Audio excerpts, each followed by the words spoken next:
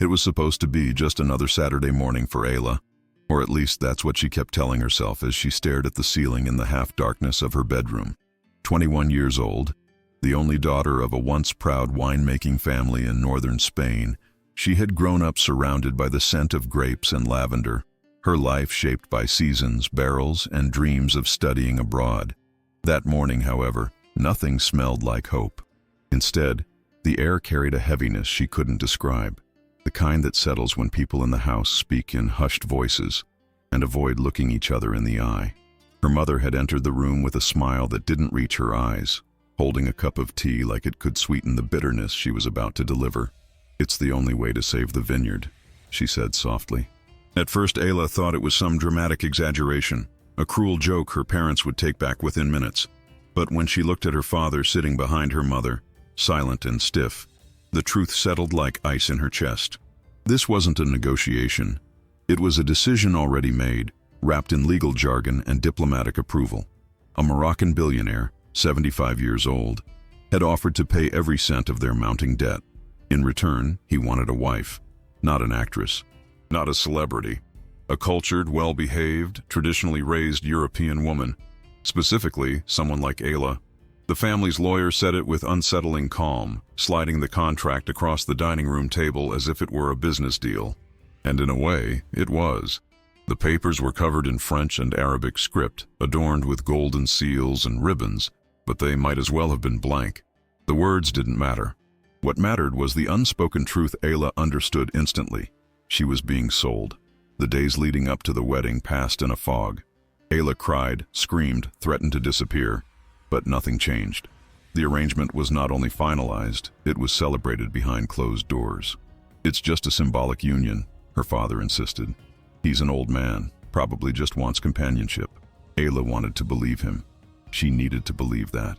The legal teams on both sides, international lawyers, a Moroccan royal liaison, and family representatives, moved with frightening speed.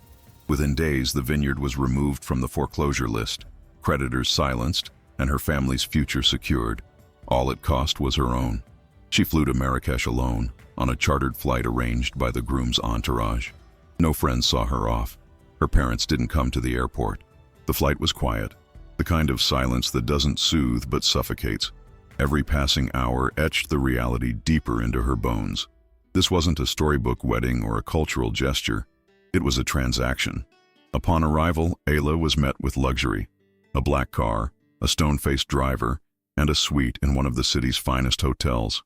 But none of it felt like hospitality. It felt like staging. The city buzzed just outside the tinted windows. Kids laughing, markets bustling, sunlight bouncing off white stone. Yet inside that vehicle, Ayla was suspended in a version of reality where joy wasn't allowed. The closer they got to the palace, the more her heartbeat betrayed her composure. She tried not to think about the man waiting at the end of this road, about what he expected from their union. She had no answers. Just one rising question. Would this really happen? The palace was a world apart, grand, cold, ceremonial. Ayla was shown to her wing by silent women in long flowing uniforms, their eyes trained downward as they moved like shadows. Everything smelled of jasmine and power. There was no warmth, no welcome, just preparations. Her wedding dress arrived in a cream-colored box, folded like it belonged in a museum. Assistants smiled too much and spoke too softly, offering her tea, perfume, pearls, as if those gifts could cover the rawness of what was about to unfold. On the eve of the ceremony, one of the maids said casually, "He's very eager to meet the lady." Ayla blinked. "Meet?" she asked. The maid didn't clarify. Another added, "Tonight the marriage is to be fulfilled." That word, fulfilled, sliced through her. Ayla had believed, perhaps naively, that the ceremony was a gesture, a formal seal of a financial contract. Her father had never clarified, the lawyers had never confirmed, and the ornate clauses never directly spelled out expectations. But the silence around that detail had always screamed the loudest. Alone in her lavish suite, she stood before a mirror, her white dress hanging nearby like a warning, not a promise. That night, she didn't sleep. The anxiety pressed on her chest so tightly she could barely breathe. She sat curled on the edge of the massive bed, listening to every creak in the hallway. every footstep that might signal the approach of a man who believed she belonged to him. No amount of perfume or lace could prepare her for that possibility. She had agreed to save her family, not to surrender herself, but maybe that was the price all along. Morning came without sunlight. The palace seemed to exhale with eerie calm. Isla moved through the motions like a puppet, bathed, powdered, dressed. The dress was heavy, its silk layers wrapping around her like bindings. A strand of pearls was fastened to her neck by hands that didn't tremble. Hers did. When she finally looked at herself in the mirror, she didn't see a bride. She saw an offering. The ceremony was held in a hall of polished marble and controlled smiles. The guests were few but powerful. Diplomats, legal representatives, family friends of the sheikh. Not a single soul from her world had been invited. Isla stood beside the man she was expected to call husband, a tall, firm-looking figure in traditional Moroccan attire. Tariq ibn Hashid. His eyes studied her with approval, not tenderness. There was no hesitation in his posture, no warmth in his presence. He looked at her like he had already claimed her. Vows were spoken in languages she barely understood. Documents were signed. A ring, a kiss on the hand, and it was done. She was married. Officially, legally, irrevocably. Her father had always said, "It's just tradition." But as she stood beside the man who now held rights over her body, Ayla realized, traditions can hurt just as much as betrayal, especially when they come wrapped in gold. By late afternoon, Ayla was escorted through a different part of the palace, a quieter wing with thick carpets and arched hallways. The atmosphere changed with every step. It wasn't celebratory anymore. It was ceremonial, like a rite was about to begin, and she was the only one who hadn't been told the full rules. She was led into a private suite, larger than any room she'd ever seen, opulently decorated in a way that felt less like comfort and more like intimidation. A gilded mirror faced the bed directly, the sheets crisp and untouched, the lights dimmed to an inviting glow. A door clicked behind her. "This is your wing now, Madame Ayla," one of the maids said. "The sheikh will arrive later." Then, just like that, they were gone. She stood alone, surrounded by silence that felt too thick to cut. Her fingers trembled as she undid her jewelry, her body moving on instinct while her mind screamed to leave. But there was nowhere to run. A knock startled her. Two maids entered without waiting for permission, their eyes never meeting hers. "You must prepare," one of them said, placing a nearly transparent nightdress on the bed. It was delicate, thin, meant not to clothe but to reveal. The sheikh appreciates tradition. Tradition, that word again. Isla stared at the fabric, her breath caught somewhere between fury and panic. She bathed in silence, each motion robotic, each drop of scented water reminding her of what was expected. When she emerged from the bath, she put on the nightdress. It clung to her like guilt. The minutes stretched. She sat on the edge of the bed again, arms folded tightly across her chest, toes digging into the cold floor. She heard the doorknob turn, slowly, deliberately. Her entire body stiffened. Tariq entered, his steps calm, his face unreadable. He wore dark robes, his cologne heavy, his eyes fixed on her with unsettling hunger. The door closed behind him with a soft thud that echoed like a verdict. Ayla didn't move. She wanted to run, scream, vanish, but her limbs felt like stone. "You're even more beautiful than I imagined," he said quietly. She didn't respond. His voice grew more assertive. "Take it off." She blinked, but her body didn't follow. "Now," he added, approaching slowly. She obeyed, not because she wanted to, because fear is a strange kind of chain, invisible, but inescapable. The nightdress slipped from her shoulders. She stood, eyes lowered. He gestured to the bed. "Lie down." Her knees wobbled, but she complied. When she turned her face to the wall, she could hear his breathing. Steady, controlled, expectant. He climbed onto the bed, his weight sinking the mattress. Then he spoke again, low and sharp. "You're going to feel pain, but you won't move. Do you understand?" Ayla didn't reply. A tear rolled down her cheek, soundless. But what happened next wasn't what she expected. Just as he moved to press himself against her, his breath caught. His body stiffened. His eyes fluttered, then rolled upward. For a second, she thought he was toying with her. Then his body collapsed. The weight of Tariq's body crashed onto hers like a thunderclap. Not violent, but final. Heavy, motionless, oppressive. His head slumped against her shoulder, his arm draped limply across her midsection. At first, she thought it was a cruel trick, another exercise in dominance, but then came the silence, a silence so thick it erased the pounding of her own heartbeat. His breath, once hot and close, faded entirely. Ayla lay frozen beneath him, unable to comprehend what was happening. Was he sleeping? Unconscious? Dead? She didn't know. She only knew she needed him off her.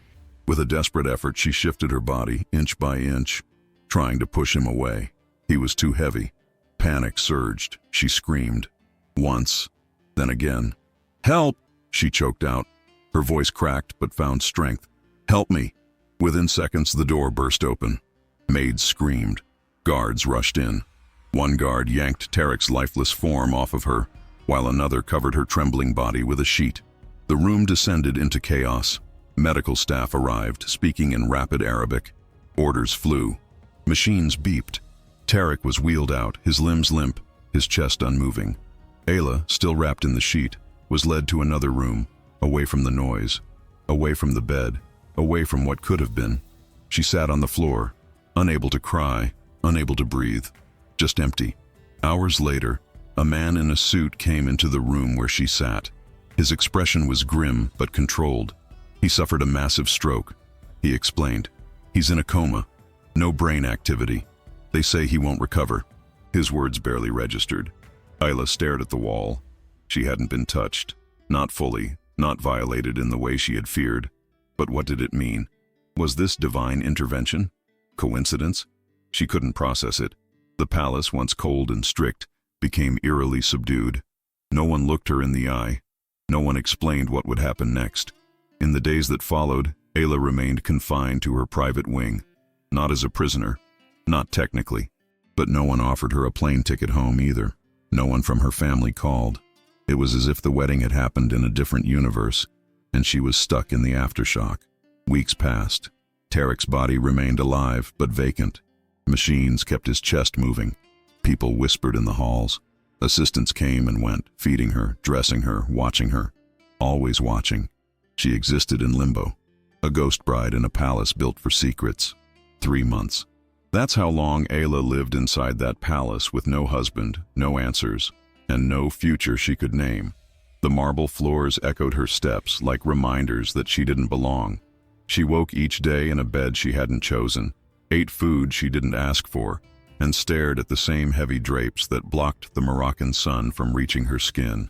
No one told her to stay, but no one told her she could leave either. It was as if the palace, or maybe the world, had decided she was now part of its architecture, something to be maintained, but not acknowledged. And then one morning, everything changed. A maid entered her suite, unusually quiet, her face unreadable. She placed a small white envelope on the table. "The sheikh has passed," she said in a whisper, like saying it any louder would wake the dead. The envelope contained a letter and a copy of Tarek's final testament. Ayla was named in it, not only as his wife, but as a partial heir. The ink was dry, the language was clear. Her name appeared alongside assets, accounts, properties. It felt surreal. A fortune she had never sought now tethered her to a man she had never truly known.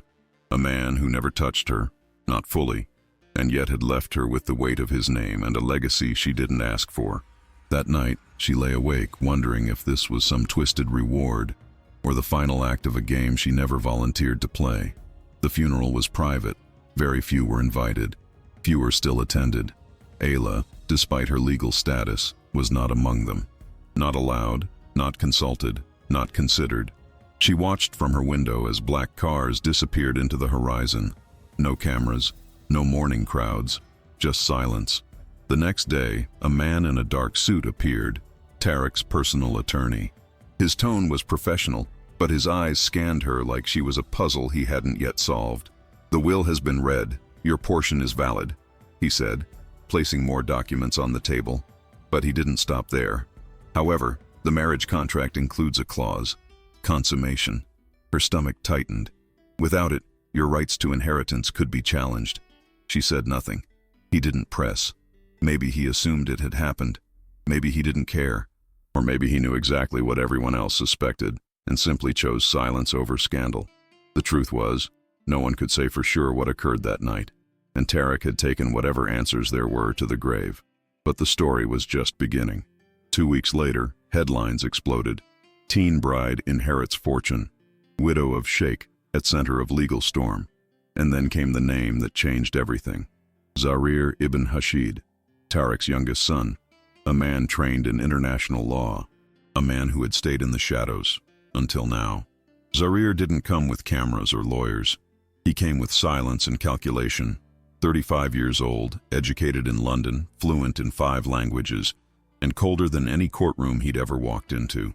For years he had remained distant from his father's personal affairs. But when the news broke that a 21-year-old Spanish girl had inherited part of the empire, something inside him snapped.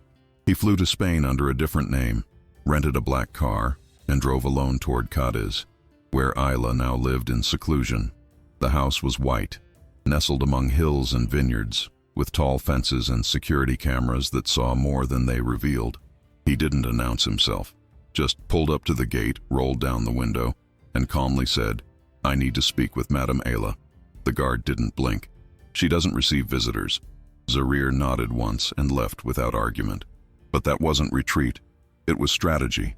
He knew better than to barge in. If he wanted answers, he'd have to get close.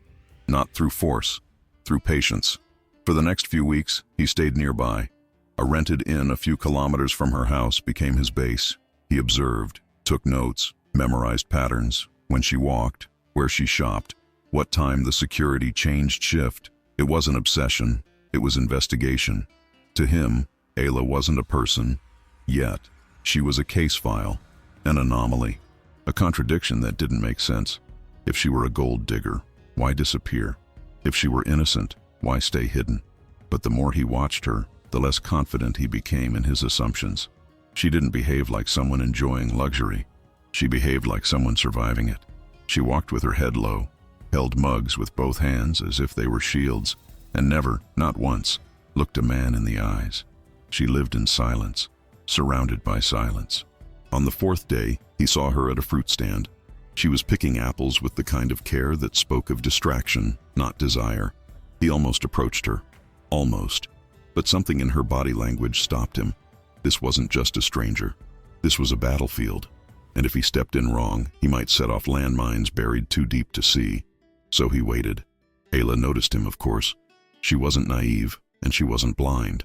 Even in her carefully controlled world, she felt the shift in the air the moment Zarir began orbiting her routine.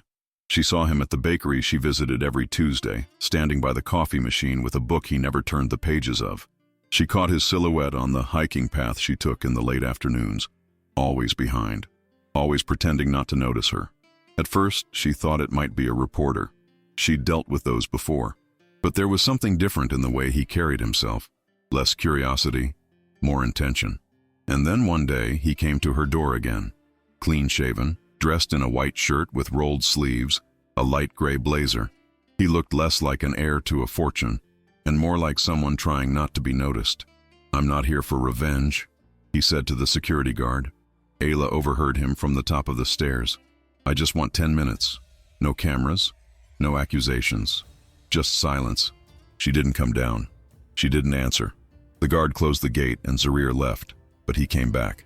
The next day, and the next. It wore on her, not just his persistence, but his restraint. He wasn't shouting through the fence. He wasn't threatening lawyers. He just stood there, day after day, asking nothing more than to be heard.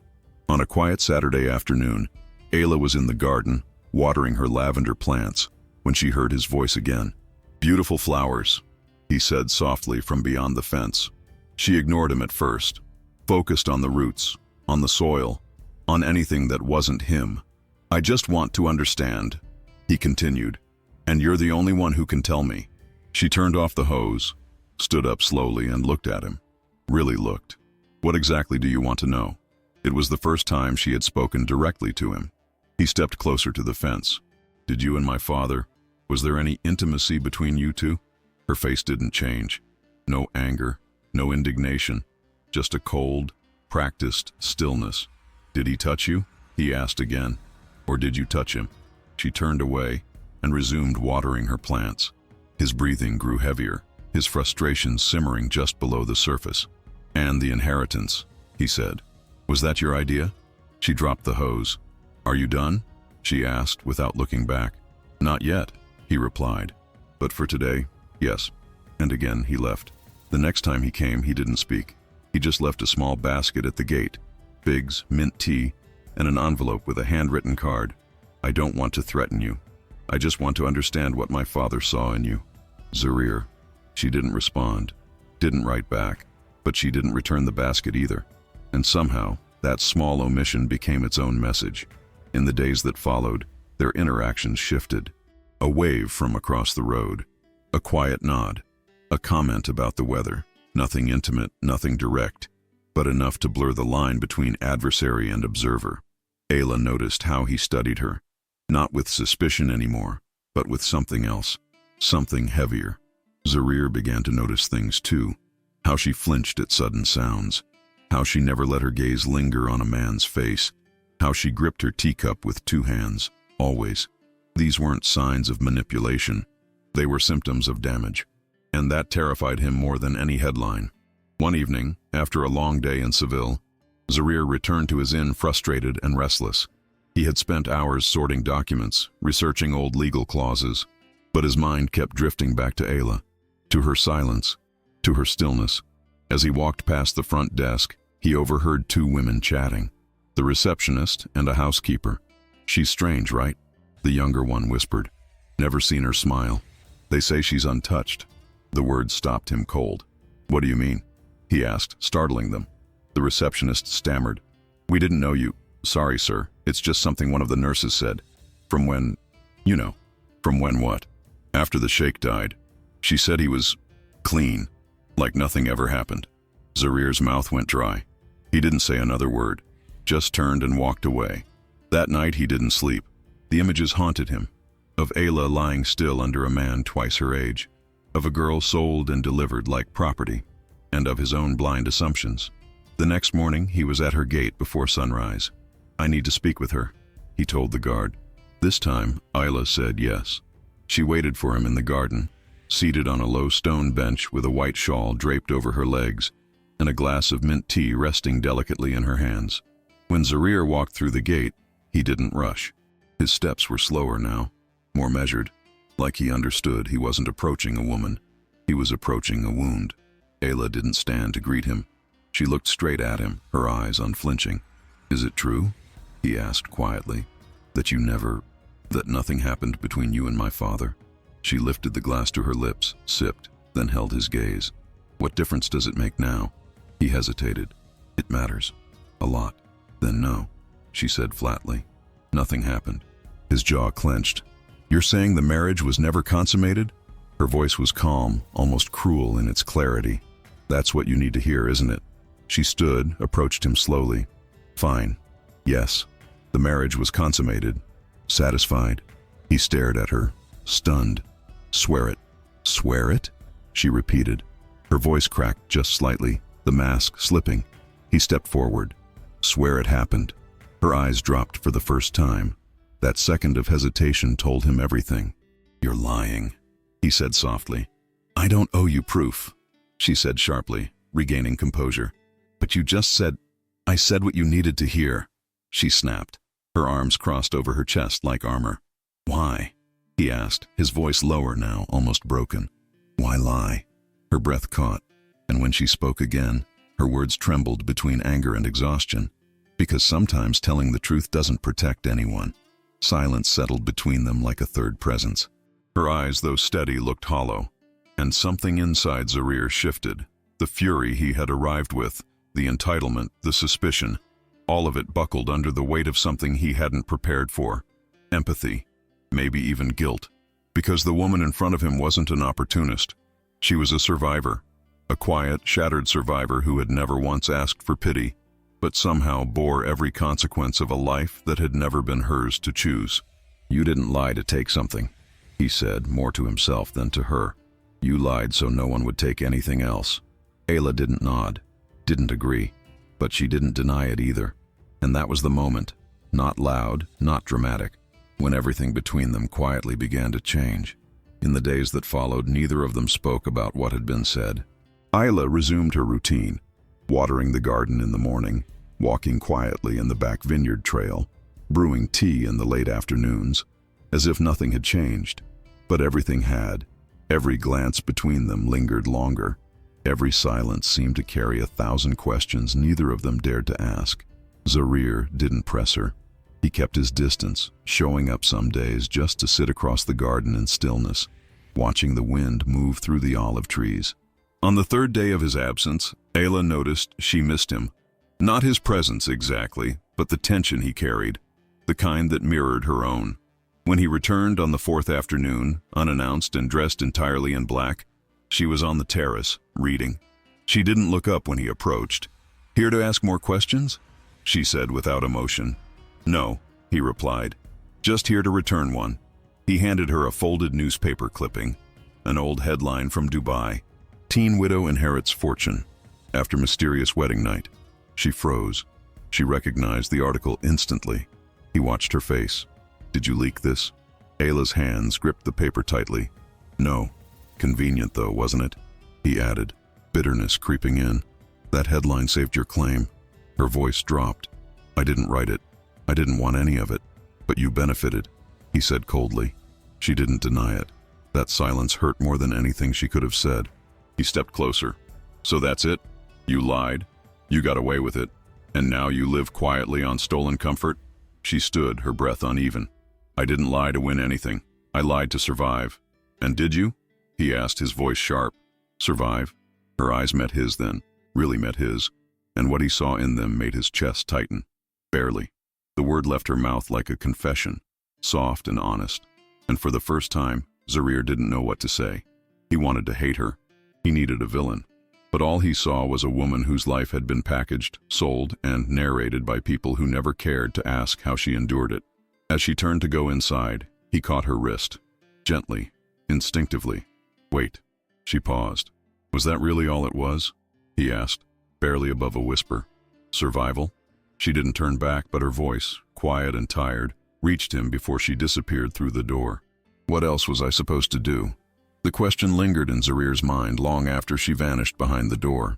What else was she supposed to do? The answer gnawed at him as he drove back to the inn, as he lay awake staring at the cracked ceiling, as the distant sound of the sea filled the silence she left behind. He had come seeking justice, or at least clarity, but clarity had a cost he hadn't expected.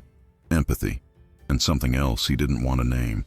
The next morning, without fanfare, without guards or ceremony, he returned to her gate and waited. No words, just presence.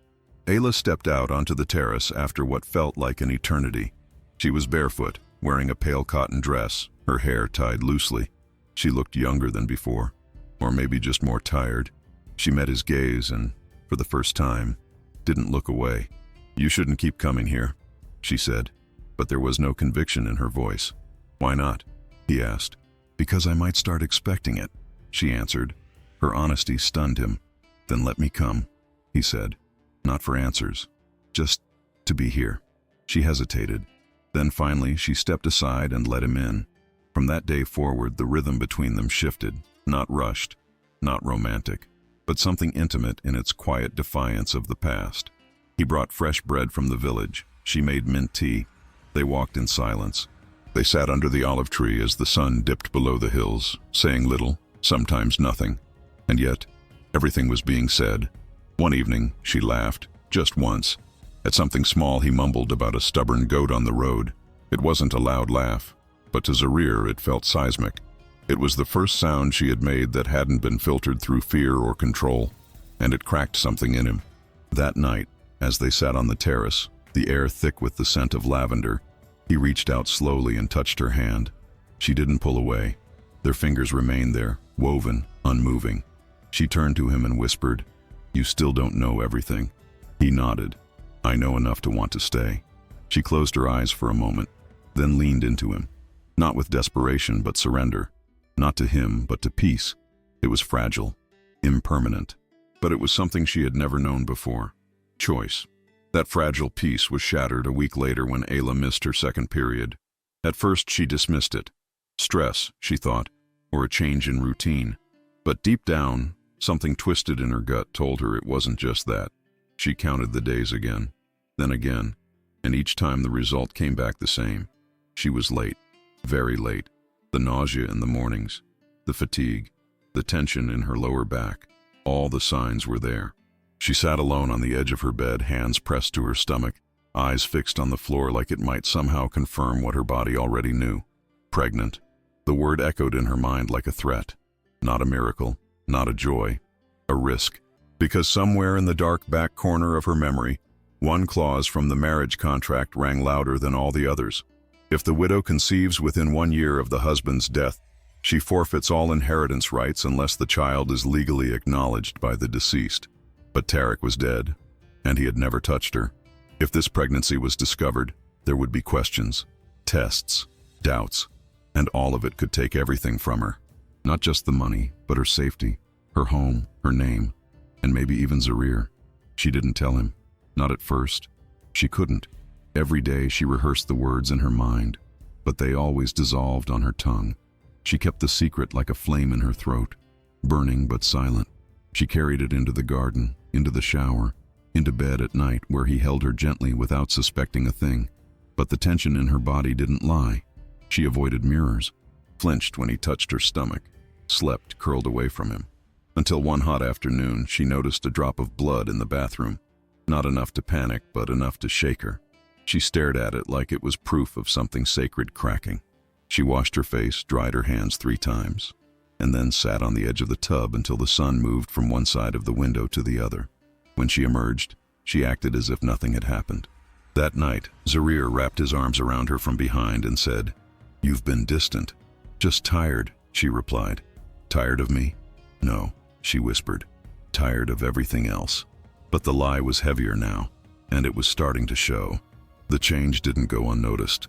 Zarir had always been observant, trained by years of legal scrutiny and diplomacy to read what people didn't say, and Ayla was saying a lot without words. She no longer joined him for breakfast, and when she did, she pushed food around her plate without touching it. Her sleep grew restless, her steps slower, and she began retreating to her room earlier each night. At first, he told himself it was the weight of their past, still settling like dust around their fragile new reality. But by the 3rd week, he knew something was wrong. He didn't confront her. He watched, paid attention, and one evening, while wrapping his arms around her from behind, he noticed the faintest change. Her belly, barely perceptible to anyone else, no longer felt the same under his palm. It wasn't bloated or soft from food. It was different, full, tense, alive. He said nothing, just held her tighter. But when she shifted away as if to shield herself, the suspicion hardened into certainty. Ayla was hiding something, and it was growing inside her.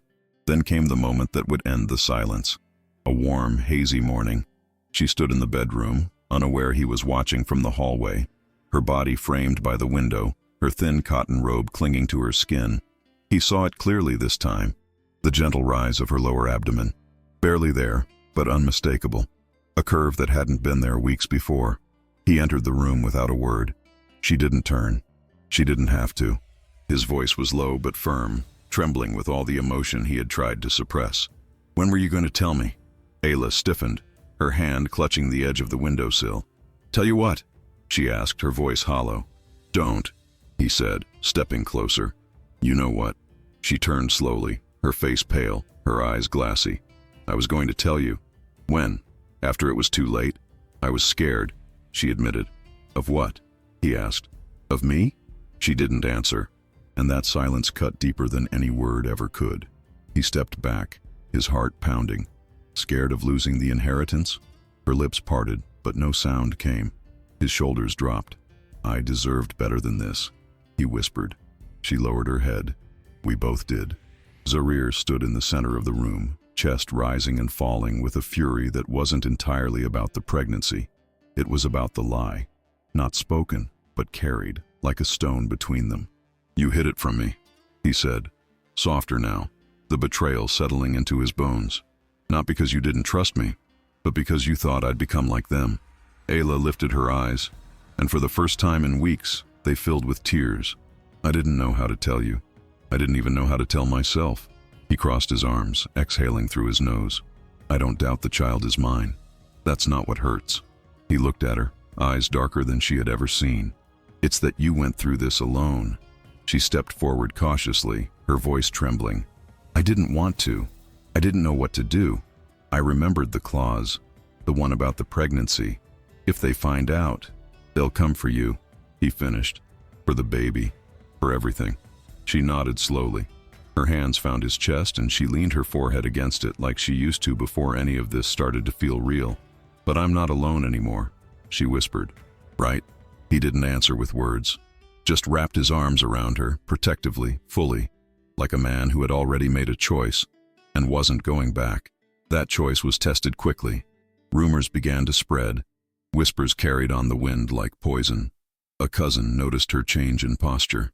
An aunt commented on her pallor. Soon, every hallway in the family estate buzzed with speculation. "She's rounder," someone murmured. "Paler, hiding something." Then came the confrontation. An older family lawyer, one of Tarek's most trusted men, requested a private audience with Zarir. Behind closed doors, the man placed a folder on the table and opened it without ceremony. Inside were legal precedents, clauses, inheritance laws. "If this child is born within 12 months of the Sheikh's passing," the lawyer said, "and is not proven to be his, it could nullify everything she received." Zarir didn't flinch. "She's not keeping the inheritance," he said flatly. "Not anymore." The lawyer blinked. "What do you mean?" "She's signing it over. Voluntarily." The man nodded slowly. "That may ease the court's attention, but the family won't let it go." Zarir leaned in, his voice steel. "Then they'll deal with me." That evening, he found Ayla sitting in the garden, staring at the lavender fields, as if they could somehow protect her. He sat beside her quietly and said, "We won't run, but we won't beg either." She nodded, lips pressed tightly, eyes filled with silent gratitude. "I don't need their money," she whispered. "I just want peace." He took her hand. "Then we'll build it ourselves." A week later, Ayla stood before a long mahogany table, pen in hand, documents stacked high with golden seals and stiff legal phrasing. Her signature would strip her of any claim to Tarek's estate, all the wealth, all the titles, all the properties tied to his legacy. But she didn't hesitate, not even for a second. She signed each page with a quiet dignity, her face unreadable. The only item she kept was a small vineyard in the south of France, the land that once belonged to her family, the very place that had started this nightmare. No one contested it. No one cared, and that was fine by her. When she stepped outside, the sun hit her face with a warmth that felt earned, not inherited. Zarir was waiting at the bottom of the steps. No entourage, no guards, just him. "It's done," she said. "You sure?" "I've never been more sure." He looked at her, not with pity, not with pride, but with admiration. "Then let's go."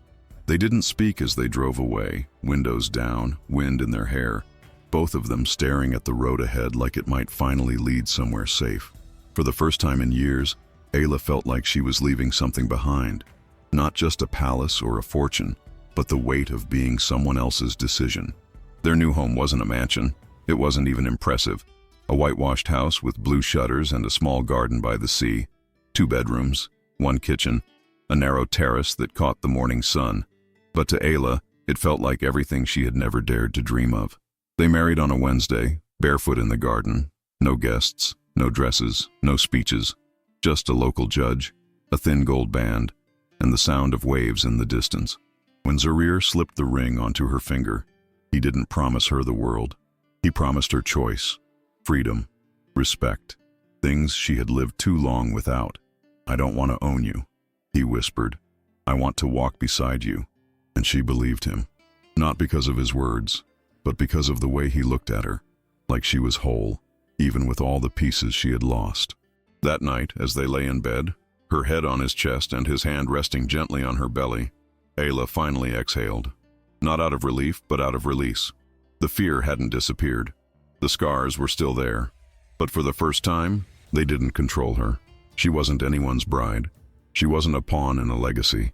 She was a woman, a mother, a survivor, and most of all, her own. Time softened everything, the memories, the fear, even the anger. Ayla would rise early, as she always had, but now she did it by choice.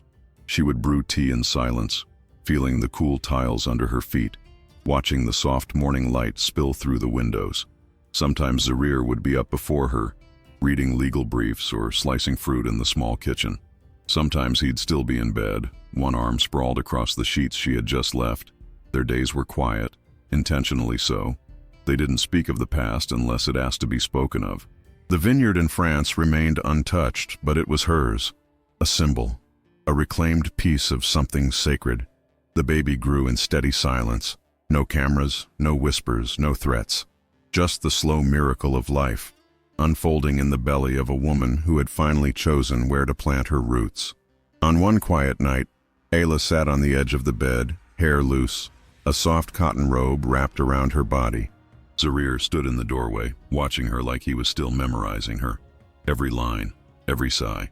That night, she began, voice low, the one that was supposed to be my first. It was a nightmare. Not because of what happened, but because of what I expected to happen. The fear, the silence, the helplessness. It wasn't love. It wasn't even real. Zarir crossed the room slowly, sat beside her, and took her hand. Then let this be your first, he said gently. The only one that matters. She looked at him, really looked, and something inside her unlocked. Slowly, deliberately, she peeled the robe from her shoulders, not for him, for herself. There was no performance, no seduction, no illusion, just truth, her truth. He didn't rush. He touched her like he was tracing something sacred. The curve of her neck, the rise of her collarbone, the gentle swell of her stomach. When he kissed her, it wasn't about lust. It was about reverence. They made love in silence, save for the breath they shared. And when it was over, they didn't speak. They just lay there, skin against skin, wrapped in something deeper than passion, safety. Ayla rested her head on his chest, his heartbeat steady beneath her ear. His hand cradled the side of her face, then slid down to her stomach, resting there with quiet pride. Now, he whispered, you're not just mine. You're the mother of my child, and the love of my life. She smiled. Not a timid smile, not a hopeful one, but a full, grounded smile of someone who had survived the storm and now stood in the calm that followed. Now, she whispered back, I'm yours. For real. For choice. For everything we're building from the ashes.